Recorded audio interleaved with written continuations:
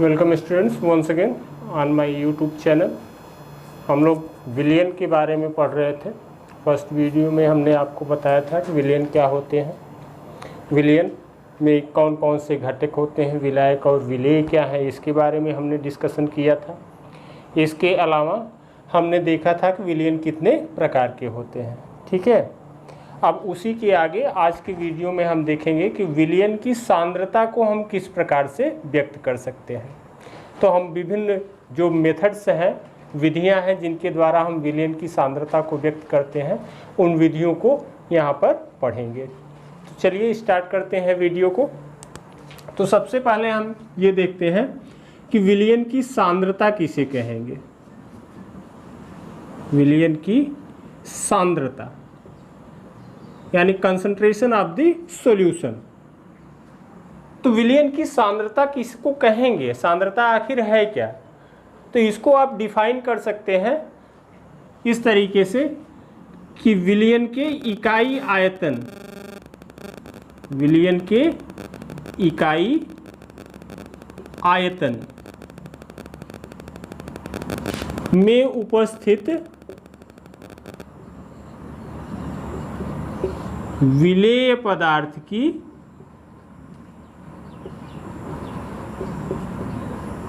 मात्रा। तो सांद्रता क्या है, विलयन के इकाई आयतन में उपस्थित विलेय पदार्थ की मात्रा। ठीक है, इकाई आयतन, अब वो इकाई आयतन आपका 1 ml हो सकता है, 1 लीटर हो सकता है। ठीक है, वो डिपेंड करता है क्या यूनिट आप ले रहे हैं, लेकिन हम इकाई आयतन ही लेंगे। तो इकाई आयतन में उपस्थित विलेय पदार्थ की मात्रा क्या कहलाती है, विलयन की सांद्रता कहलाती है। अब विलयन की सांद्रता को व्यक्त करने की कई सारी विधियां हैं, उन्हीं विधियों को एक एक करके हम देखेंगे। तो विलयन की सांद्रता को व्यक्त करने की जो सबसे पहली विधि है, उस विधि को कहते हैं प्रतिशत में व्यक्त सांद्रता। अब प्रतिशत में सांद्रता विलयन की कई प्रकार से व्यक्त की जाती है। तो उसमें सबसे पहला जो है वह है द्रव्यमान प्रतिशत। अब द्रव्यमान प्रतिशत क्या है वो आप जान लीजिए कि किसी विलयन के 100 ग्राम में उपस्थित विलेय पदार्थ की ग्राम में मात्रा। ठीक है, द्रव्यमान प्रतिशत क्या है, विलयन के 100 ग्राम में उपस्थित विलेय पदार्थ की ग्राम में मात्रा। अब इसको निकालेंगे कैसे, तो निकालने के लिए हम कह सकते हैं, हाँ एक चीज और जान लें कि द्रव्यमान प्रतिशत को प्रदर्शित करते हैं वेट बाई वेट, प्रतिशत वेट बाई वेट के द्वारा। ठीक है, यानी द्रव्यमान बटे द्रव्यमान के द्वारा। तो percentage weight by weight, W by W is equal to क्या हो जाएगा, विलेय की मात्रा किस में होगी, ग्राम में, बटे विलयन की मात्रा, ये भी किस में होगा, ग्राम में होगा, गुणे 100। इस फार्मूले के द्वारा आप क्या कर सकते हैं कि द्रव्यमान प्रतिशत की गणना कर सकते हैं। एक एग्जाम्पल हम ले लेते हैं, एग्जाम्पल हम लेते हैं कि 100 ग्राम नमक के विलयन में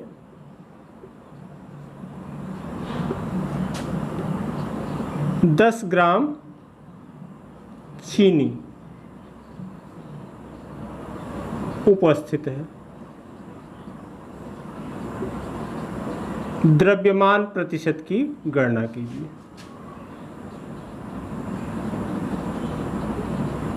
गणना कीजिए, ये हम एक एग्जाम्पल लेते हैं। अब इसमें क्या कर रहा, सॉरी चीनी कह रहे हैं, 10 ग्राम नमक उपस्थित है। तो नमक का विलयन है कितना है, 100 ग्राम है, और उसमें नमक कितना उपस्थित है, 10 ग्राम है। नमक क्या है, ये आपका विलेय हो गया और विलयन 100 ग्राम लिया ही गया है। तो प्रतिशत वेट बाई वेट क्या हो जाएगा, यानी द्रव्यमान प्रतिशत क्या हो जाएगा, ये हो जाएगा विलेय की मात्रा 10 ग्राम बटे विलयन की मात्रा 100 ग्राम गुणे 100। ठीक है, ये कैंसिल हो जाएगा, ये बराबर आपका क्या आ गया, 10% वेट बाई वेट। ठीक है, तो इस तरीके से आप द्रव्यमान प्रतिशत की गणना कर सकते हैं। ठीक है, इसके बाद दूसरा जो है वह आपका द्रव्यमान, तो चलिए दूसरा देखते हैं प्रतिशत में व्यक्त सांद्रता का। यह है द्रव्यमान आयतन प्रतिशत। द्रव्यमान आयतन प्रतिशत को कैसे डिफाइन करेंगे, यही जो द्रव्यमान प्रतिशत में ग्राम था वही क्या हो जाएगा, विलयन का आयतन हो जाएगा। तो किसी विलयन के 100 ml में उपस्थित विलेय पदार्थ की ग्राम में मात्रा, ये क्या हो जाएगा, द्रव्यमान आयतन प्रतिशत हो जाएगा। इसको प्रदर्शित करते हैं percent weight by volume, W/V के द्वारा। तो निकालेंगे कैसे, फार्मूला है percent W/V is equal to विलेय की मात्रा, विलेय की मात्रा ग्राम में बटे विलयन का आयतन, आयतन किस में होगा, ml में, गुणे 100। इसी फार्मूले के द्वारा हम निकाल सकते हैं। ठीक है, एक एग्जाम्पल इसका ले लेते हैं।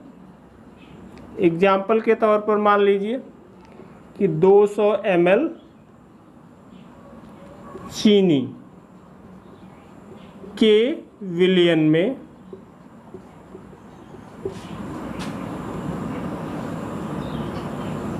25 ml, सॉरी ml कह रहे हैं, 25 ग्राम चीनी उपस्थित है।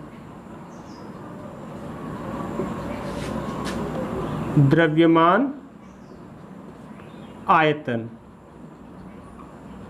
प्रतिशत की गणना कीजिए। ये एक प्रश्न हमने ले लिया एग्जाम्पल के तौर पर। ठीक है, तो आप इसमें देखें कि विलयन का आयतन कितना है, 200 ml, और उसमें चीनी कितनी है, 25 ग्राम। तो प्रतिशत वेट बाई वॉल्यूम ये बराबर क्या हो जाएगा आपका, 25 ग्राम अपान 200 ml मल्टीप्लाइड बाई 100। ये कैंसिल करेंगे 2 आ जाएगा, और ये इक्वल टू कितना हो जाएगा, 12.5% वेट बाई वॉल्यूम। ठीक है, तो इस तरीके से आसानी से आप क्या कर सकते हैं कि द्रव्यमान आयतन प्रतिशत की गणना कर सकते हैं। ठीक है, इसके बाद तीसरा हम देखते हैं प्रतिशत में व्यक्त सांद्रता का। प्रतिशत में व्यक्त सांद्रता तीसरा जो है वह है आयतन आयतन प्रतिशत। आयतन आयतन प्रतिशत को कैसे डिफाइन करेंगे वो देख लीजिए कि किसी विलयन के 100 ml में उपस्थित विलेय पदार्थ का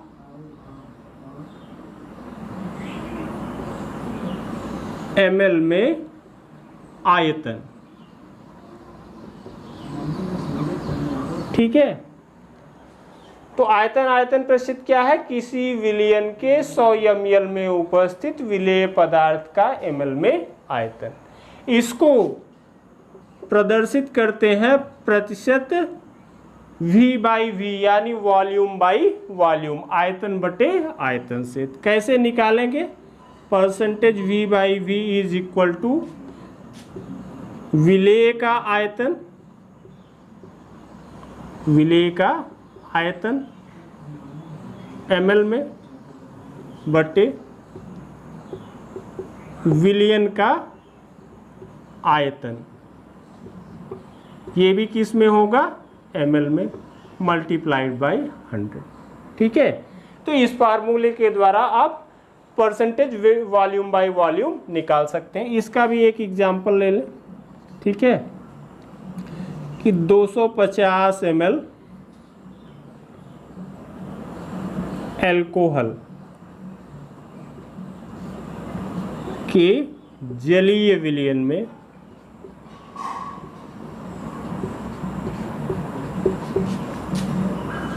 25 ml एल्कोहल उपस्थित है।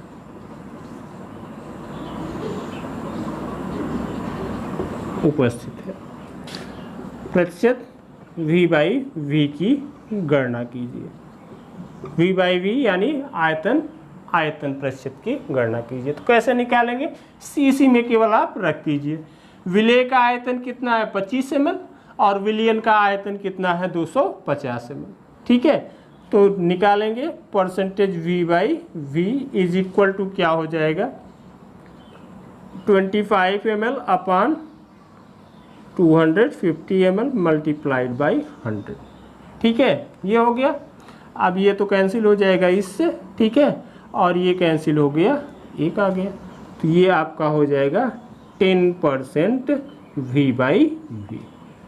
तो आयतन प्रतिशत कितना आया? 10% आया। ठीक है, तो ये 3 विधियां हैं प्रतिशत में विलयन की सांद्रता को व्यक्त करने की। द्रव्यमान प्रतिशत, द्रव्यमान आयतन प्रतिशत और आयतन प्रतिशत। ठीक है, अब इसके बाद हम दूसरी विधि देखते हैं जिसके द्वारा विलयन की सांद्रता को व्यक्त किया जा सकता है। ठीक है, तो विलयन की सांद्रता को व्यक्त करने की जो दूसरी विधि है वह ग्राम प्रति लीटर में व्यक्त सांद्रता है। सामान्यतः इसी में हमें मिलता है, जहाँ कहीं भी एग्जाम्पल्स मिलते हैं या जहाँ कहीं भी हमको सवाल मिलते हैं, वहाँ पर विलयन की सांद्रता अक्सर ग्राम प्रति लीटर में ही व्यक्त की जाती है। तो अब इसको कैसे हम डिफाइन करेंगे? तो डिफाइन करने के लिए हम कह सकते हैं कि किसी विलयन के 1 लीटर आयतन में उपस्थित विलेय की मात्रा ग्राम में, यही क्या कहलाएगा? ग्राम प्रति लीटर में व्यक्त सांद्रता कहलाएगा। यानी 1 लीटर आयतन में उपस्थित विलेय की मात्रा। कैसे इसको प्रदर्शित करेंगे? तो G/L इक्वल टू क्या हो जाएगा? ग्राम प्रति लीटर में व्यक्त सांद्रता, ये बराबर क्या हो गया? ये आपका हो जाएगा विलेय का आयतन, विलेय का की मात्रा ग्राम में प्रति लीटर। ठीक है, अब इसके बाद या इस तरीके से लिख दीजिए, ग्राम में बटे विलयन का आयतन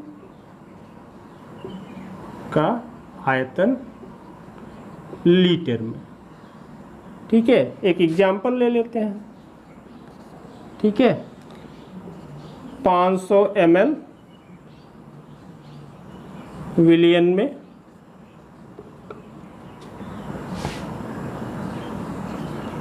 20 ग्राम ग्लूकोज उपस्थित है। ग्राम प्रति लीटर में सांद्रता क्या होगी? ये हो जाएगी ग्राम प्रति लीटर में सांद्रता बराबर विलेय की मात्रा 20 ग्राम बटे 500 ml दिया है, तो इसको हम लीटर में चेंज करेंगे। तो लीटर में चेंज करेंगे तो ये 0.5 लीटर हो जाएगा, और तब ये क्या आ जाएगा आपका? ये आ जाएगा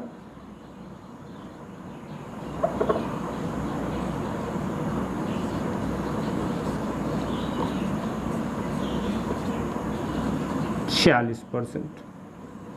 प्रस्तुत करें 40 ग्राम प्रति लीटर।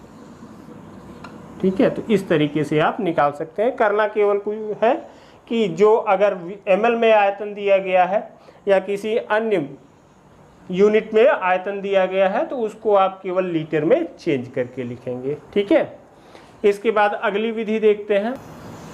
तीसरी विधि जो है विलयन की सांद्रता को व्यक्त करने की, वह है मोलरता। मोलरता बहुत ही इंपॉर्टेंट है, इसको आप लोग ध्यान से समझेंगे। मोलरता को डिफाइन कैसे करेंगे तो वो जान लीजिए कि किसी विलयन के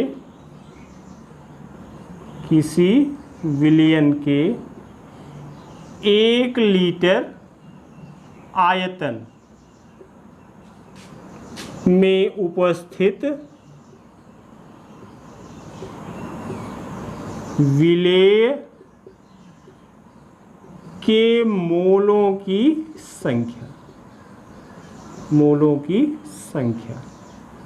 यही क्या कहलाती है?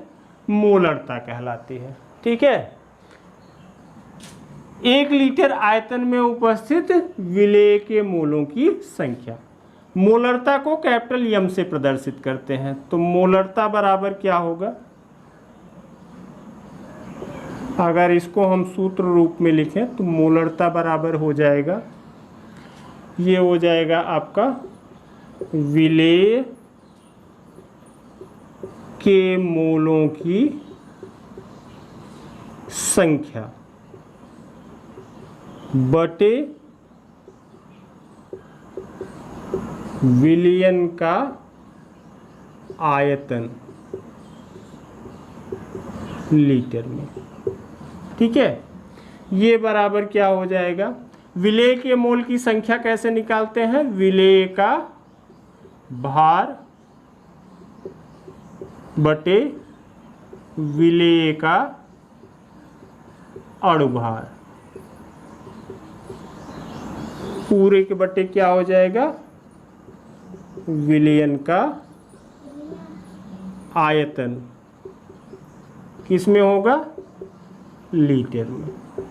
ठीक है, अगर इसको हम सूत्र रूप में लिखें तो हम लिख सकते हैं capital M is equal to, मोलरता को कैपिटल एम से प्रदर्शित करते हैं, तो capital M is equal to विलेय का भार स्मॉल डब्लू से, स्मॉल डब्लू बाई विलेय का अणुभार स्मॉल एम अपान विलयन का आयतन v, किसमें? लीटर में। ठीक है, अगर हम आयतन को ml में लेते हैं तो 1000 से गुणा कर देंगे, तो W by M upon v ml into 1000। अगर ml में लेंगे तो 1000 का गुणा कर दीजिए, और अगर लीटर में ले रहे हैं तो 1000 का गुणा करने की आवश्यकता नहीं है। ठीक है, तो इस फार्मूले के द्वारा आप क्या कर सकते हैं? आसानी से मोलरता की गणना कर सकते हैं। ठीक है, एक एग्जाम्पल हम लेकर के देखेंगे। चलिए देखते हैं। एग्जाम्पल में क्या हमने लिया है? 500 ml विलयन में 18 ग्राम ग्लूकोज उपस्थित है और हमें मोलरता निकालनी है। तो मोलरता m बराबर क्या है? W by M upon V M L into 1000, इसी के द्वारा हम निकालेंगे। अब दिया क्या है वो देख लेते हैं। दिया है W बराबर 18 ग्राम, V बराबर 500 ml, m बराबर क्या हो जाएगा? ग्लूकोज का अणुभार, ग्लूकोज का अणुभार। ठीक है, अब ग्लूकोज का सूत्र क्या है? C6H12O6। तो अणुभार कैसे निकालेंगे? कार्बन का 12 होता है तो 6 इंटू 12 प्लस हाइड्रोजन का 1 होता है तो 12 इंटू 1 प्लस ऑक्सीजन का 16 होता है तो 6 इंटू 16। ये कितना हो जाएगा? 72 प्लस 12 प्लस कितना हो गया? 96। कितना आ गया? 180। तो ग्लूकोज का अणुभार कितना आया? 180 आ गया। अब कुछ नहीं करना है, केवल इसको क्या करना है कि फार्मूले में रख देना है। ठीक है, तो फार्मूले में रखने के लिए बस देख लेते हैं। ठीक है,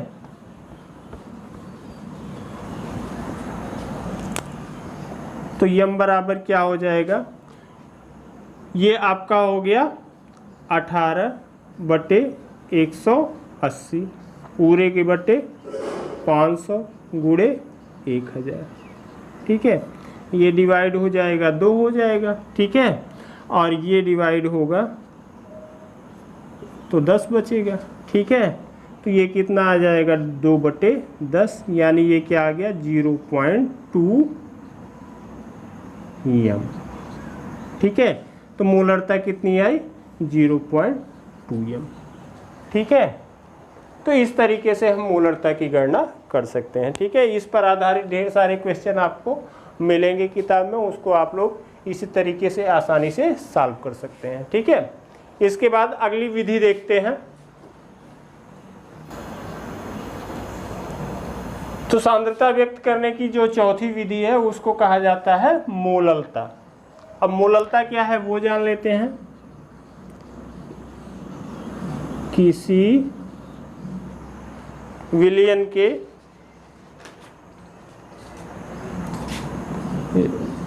विलयन नहीं, किसी विलायक के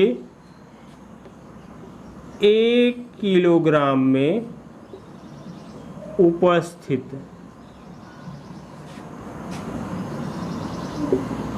विलेय के मोलों की संख्या, विलेय के मोलों की संख्या। ठीक है, ये क्या कहलाती है मोललता कहलाती है। निकालेंगे कैसे? ठीक है, तो इसको निकालने के लिए हम लिख सकते हैं, ठीक है, कि मोललता बराबर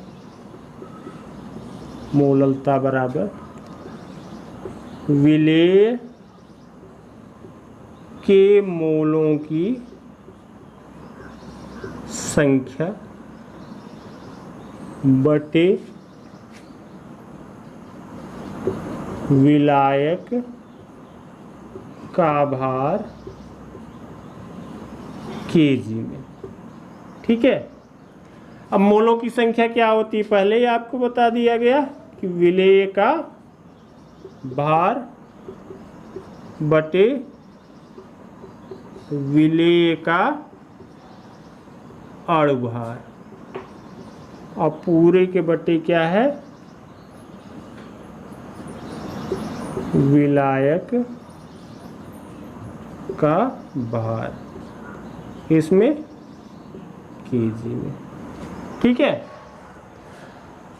मोललता को स्मॉल एम से व्यक्त करते हैं, तो small M is equal to क्या हो गया विलेय का भार स्मॉल डब्लू हो गया, विलेय का अणुभार हम कैपिटल एम मान सकते हैं, अपान क्या हो गया विलायक का भार कैपिटल डब्लू, इसमें केजी में। अगर ये आप केजी में नहीं ले रहे हैं तो आपको कुछ नहीं करना है, केवल 1000 का गुणा कर देना है। ठीक है, तब यहाँ पे ये कैपिटल डब्लू क्या होगा, ये आपका विलायक का भार हो जाएगी। स्मॉल डब्लू विलेय का भार, कैपिटल एम विलेय का अणुभार, कैपिटल डब्लू विलायक का भार। ठीक है, इसी फार्मूले के द्वारा आप मोललता की गणना कर सकते हैं। एक एग्जाम्पल के द्वारा देख लेते हैं। एग्जाम्पल देखते हैं, यहाँ पे हमने क्वेश्चन लिया है यूपी बोर्ड 2017 में ये क्वेश्चन पूछा गया था।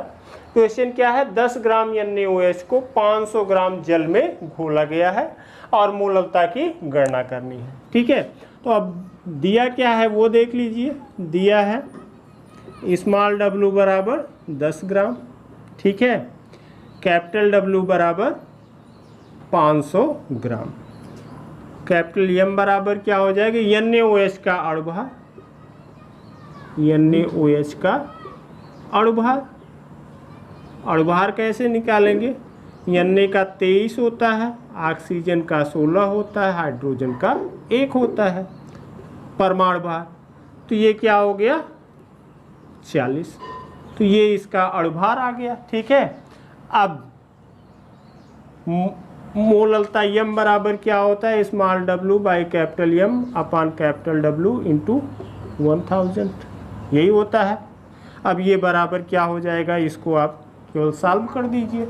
स्मॉल डब्लू आपका 10 ग्राम है, डिवाइडेड बाई कितना है कैपिटल एम 40 है, अपान कितना है 500 गुणे 1000, ये डिवाइड हो जाएगा 2 आ जाएगा, ये बराबर कितना हो गया 20/40, तो ये बराबर क्या हो जाएगा 0.5 EM।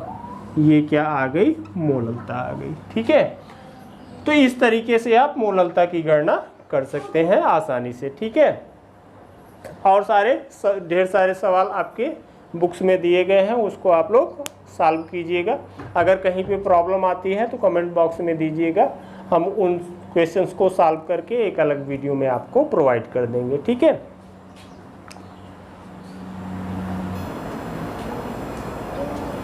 विलयनों की सांद्रता को व्यक्त करने की जो 5वीं विधि है वह नॉर्मलता है। अब नॉर्मलता क्या है वो जान लीजिए। किसी विलयन के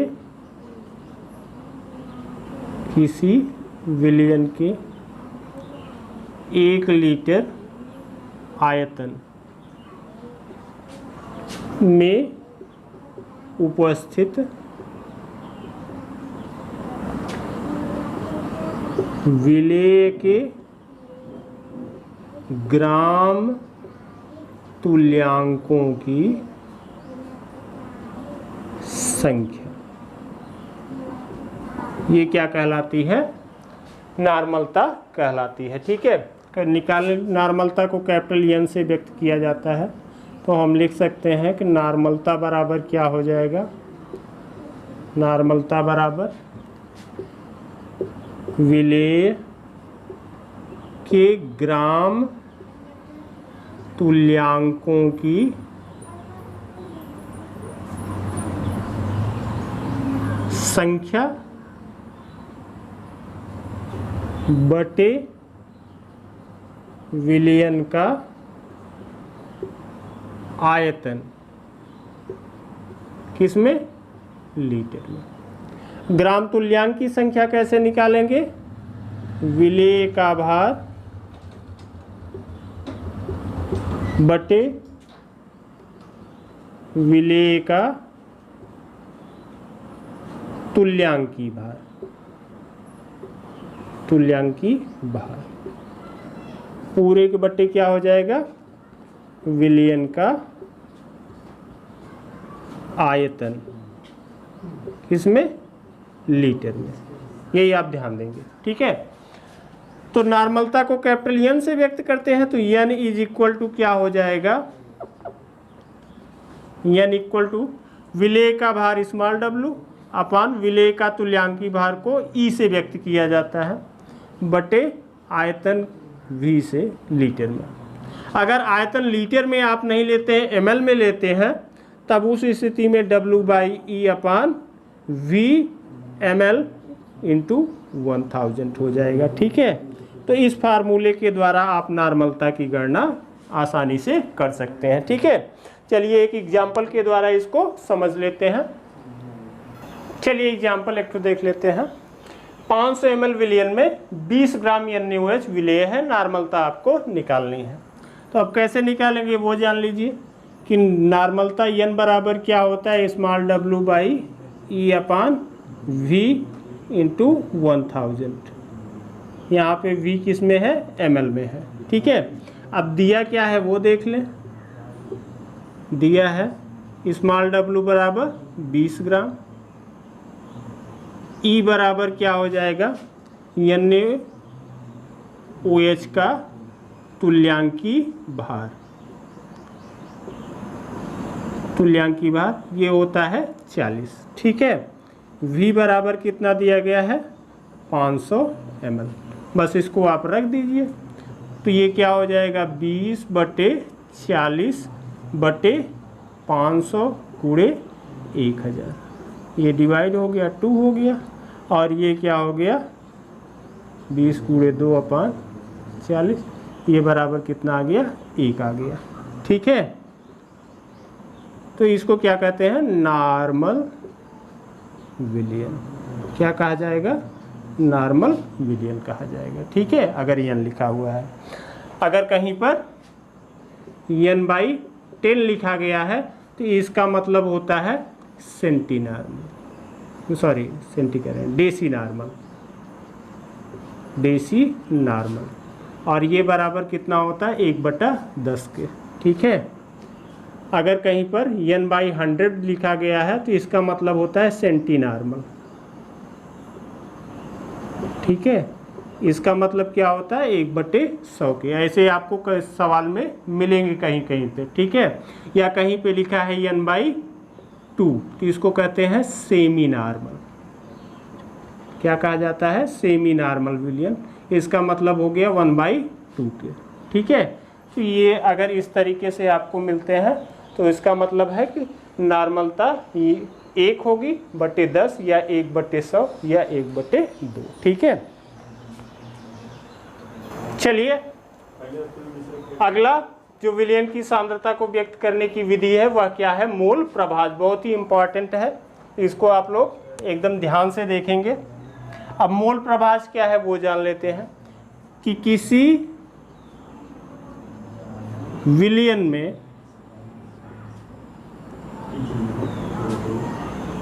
किसी घटक का मोल प्रभाज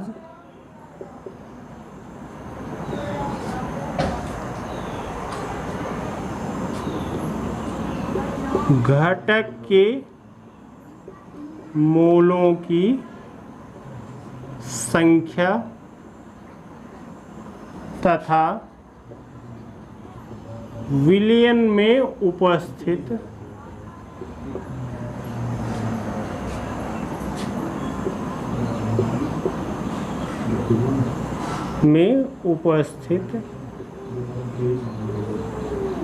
समस्त घटकों के कुल मोलों की संख्या के अनुपात के बराबर होती है।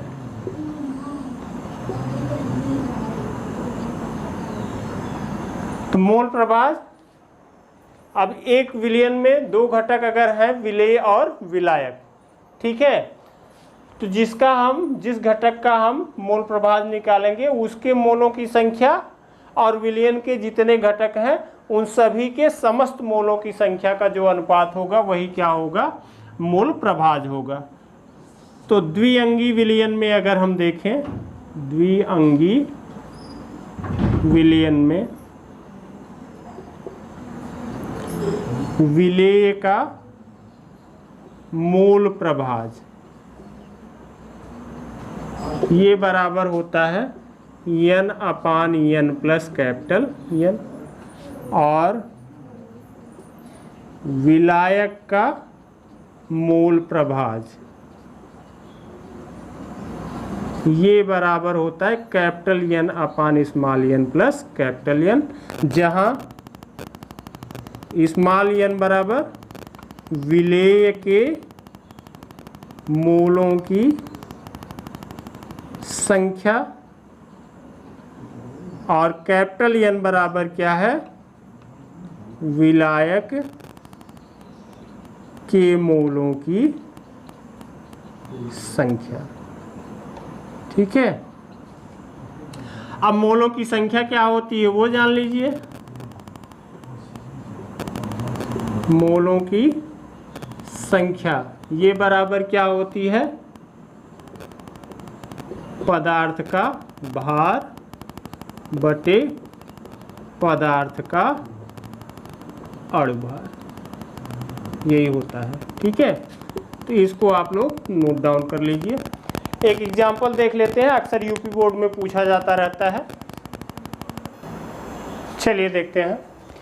ये जो क्वेश्चन लिया गया है ये यूपी बोर्ड 2015 में पूछा गया था। क्वेश्चन क्या है? 36 ग्राम जल और 46 ग्राम एथिल एल्कोहल मिश्रण में दोनों का मोल प्रभाज ज्ञात कीजिए। अब हमने क्या बताया था? जिसकी मात्रा कम होगी वह क्या होगा? विलेय होगा, और जिसकी मात्रा अधिक होगी वो क्या होगा? विलायक होगा। तो इसमें एथिल एल्कोहल 46 ग्राम है, इसका मतलब ये विलायक हो गया, और जल क्या है? 36 ग्राम है, ये हो गया विलेय। ठीक है, तो अब पहले हम जल का निकालते हैं। तो पहले मोल की संख्या निकालेंगे, तो H2O के मोलों की संख्या ये बराबर क्या हो गया 36/18, पदार्थ का भार बटे अणुभार, ये कितना आ गया 2 मोल।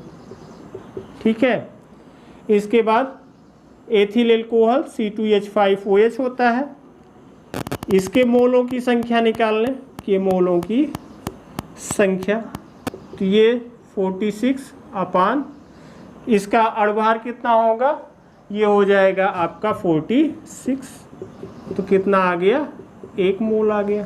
ठीक है, अब मोल प्रभाज निकालेंगे, तो H2O का मोल प्रभाज ये बराबर विलेय है, तो N/N प्लस कैपिटल N होगा, तो ये बराबर क्या हो गया, स्मॉल n आपका 2 है, ठीक है, बटे 2-1, यानी ये क्या हो गया 2/3। ठीक है, इसको अगर और आप सरल कर देंगे तो ये 0.67 आएगा। ठीक है, इसके बाद C2H5OH के मोलों की संख्या का मोल प्रभाज देख लेते हैं, का मोल प्रभाज, तो ये बराबर क्या हो जाएगा capital N/n plus capital N, यही होगा। ठीक है, तो कैपिटल N कितना है 1 है, तो 1 + 2 + 1 1/3 आया। इसको अगर आप सॉल्व करेंगे तो ये कितना आएगा 0.33। ठीक है, यहाँ पे एक चीज़ आप ध्यान रखेंगे कि विलयन में समस्त घटकों के मोल प्रभाजों का योग 1 होता है।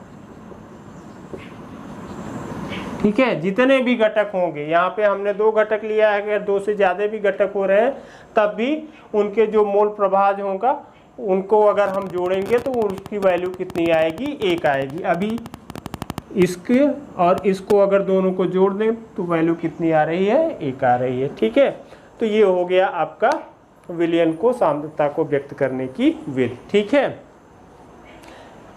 इसके अलावा एक और है, उसको भी यहीं पर बता दे रहे हैं। चलिए ppm में व्यक्त सांद्रता देख लेते हैं। क्या है, किसी विलयन के 10⁻⁶ ग्राम में उपस्थित विलेय की ग्राम में मात्रा, ये क्या है ppm में व्यक्त सांद्रता है। तो ppm बराबर आप कह सकते हैं विलेय का भार ग्राम में बटे विलयन का भार ग्राम में गुणे 10⁻⁶। इसके द्वारा आप ppm में व्यक्त सांद्रता को निकाल सकते हैं। ठीक है, तो ये विलयनों के सांद्रता को व्यक्त करने की विधियाँ हो गई। इसके बाद अगले वीडियो में हम हेनरी का नियम और विलयनों के